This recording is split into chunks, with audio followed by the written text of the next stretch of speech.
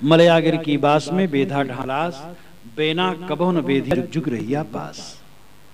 मलयगिर की सुगंधी में आसपास के ढाक पलास बिध गए, चंदन बन गए, लेकिन जुगान जुग से उस मलयगिर के पास में बेना बांस रहा, वो न विधा वो वैसे रह गया।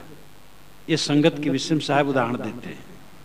मलयगिर के पास में ढाक पलास बहुत साधारण वृक्ष होते हैं, लेकिन वो चंदन बन जाते हैं, सुगंधित से भर जाते हैं, और बांस उससे बहुत बड़ा होता है, लेकिन वो नहीं बिकता, वैसे रह जाता है। क्यों?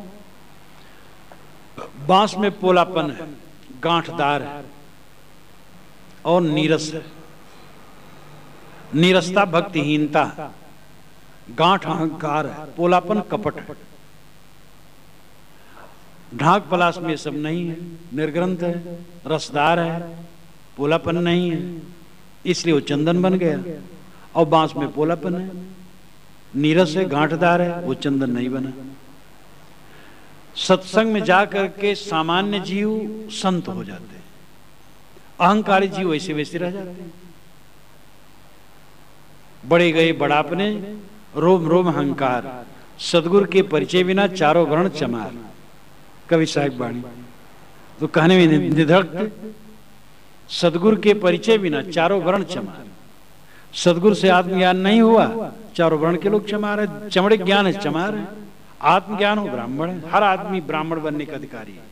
उपनिषद के ऋषि ने तो यही कहा, ब्रह्मज्ञानी ब्राह्मण है। हर आदमी ब्राह्मण है और शूद्र दोनों है। जितना वो देहाभिमानी उतना शूद्र है, जितना आत्मज्ञानी उतना ब्राह्मण है। जिस समय निर्मोह हो गया ब्राह्मण हो गया, जिस समय मोही हो गया शूद्र हो गया। शोक करना शूद्रत्व है। तो इसलिए बड़े बड़े कहलाने वाले अहंकार में डूबे रह गए। गोस्वामी जी भी कहते हैं कि तुलसी भगत सपच भलो भजे रैन दिन राम, ऊंचो कुल के काम को जहान हरि को नाम। अति ऊंचे भूधरिन पर भुजगन के स्थान, तुलसी अति नीचे सुखद ईख अन्न और पान। पर्वतों पर तो सांप रहते हैं और नीची जमीन में पानी रहता है, वहां गन्ना होता है, धान होता है। विनम्र बनो, बिना विनयी बने कुछ मिलने वाला नहीं। सब ते लघुता बली, लघुता ते सब होए, जस द्वितीया को चंद्रमा शीश नवे सबको। ये कवि साहब कहते हैं विनम्रता की आवश्यकता है। तो साहब कहते हैं कि बड़े बड़े बांस नीरस होने से, पोला होने से, गांठदार होने से चंदन न बने, और ढाक पला साधारण वृक्ष चंदन बन गए। सत्संग में विनयी जीव, जिसको हम साधारण कहते, कम पढ़े लिखे, जात पात मर्यादा और कितना पाखंड, वो सब में छोटे, और वे संत हो गए। बैठी पढ़ाइन बैठी सुकलाइन, आएग विमान गंध किनिया के, मौका भावेले भक्ति भिलिनिया के। कहने में कुछ कसर नहीं रखा है महापुरुषों ने, खूब कहा। ब्राह्मण परंपरा के लोग ही ने खूब कहा ब्राह्मणवाद पर, क्योंकि ब्राह्मण का मतलब नहीं है कि सब पाखंडी होते थे। ब्राह्मण तो एक समाज है और उसमें विचारक, चिंतक, विनम्र, उदार खूब होते थे। अब ये कितना दिल को छूने वाली पंक्ति है। बैठी पढ़ाइन बैठी सुकलाइन, आएग विमान गंध किनिया के, मौका भावेले भक्ति भिलिनिया के।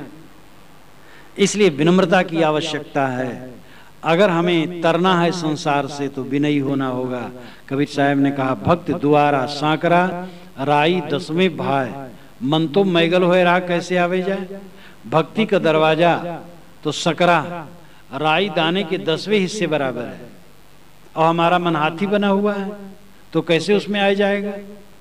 अगर उसमें भक्ति में प्रवेश करना तो विनयी बनो। तन धन की कौन बढ़ाए, देखत अखियां मटियां मिलाई।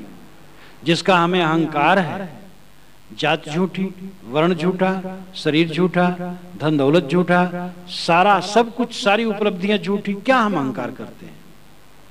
तब कुल काको लाजी हैं जब लय धरा मसान। साहब कहते तब तुम्हारे कुल की लज्जा कहां रहेगी जब संसार में तुम लटाए जाओ। इसलिए पहले जगने की जरूरत है। एक सज्जन से मैंने कहा कि आप सत्संग में क्यों नहीं आते हैं। कि महाराज ऐसा है, जहां आप इस समय सत्संग कर रहे हैं जरा वहां छोटे लोग ज्यादा हैं, इसलिए मुझे आने में संकोच लगता है। हम के अच्छा, आपकी कद बड़ी लंबी है, आप वहां लोग छोटे छोटे रहते, आप बड़े लंबे लंबे हैं क्या? बड़ा और छोटा क्या, ऊंच नीच है मध्य की वाणी, एक पौन एक है पानी। साहब कहते हैं ऊंच नीच मध्य की वाणी। जितने लोग तरे वही विनम्रता से तरे, ये अभिमान करके कोई तरह नहीं। इसलिए हमें विनम्र होने की आवश्यकता है। सदगुरु की वाणी में मैंने आज साधकों के लिए पहले कहा जाता, साधु सन्यासियों के लिए जो वेश तो धर लिए, मत में आ गए, लेकिन उनको सच्चा आत्मज्ञान नहीं, सच्ची रहनी नहीं, वहां से ज्यादा यहाँ उलझ गए, तो रहने की जरूरत है। फिर सदगुरु ने कहा कि ये जीवन जुआ है और इसमें हार गए, कच्चा माल को पक्का नहीं बना सके, इस कच्चे माल को पक्का बनाओ। फिर उन्होंने कहा आत्मा इस शरीर में है जो नित्य शुद्ध बुद्ध है, और उसी के नाते शरीर चैतन्य है, शरीर अलग है, आप अलग हैं, आप अपने को आत्मा समझें, शरीर नहीं। अंतिम में उन्होंने कहा कि विनम्रता से कल्याण होगा, अहंकारी बनने से कल्याण न होगा, भक्ति ही मुक्ति का दरवाजा है।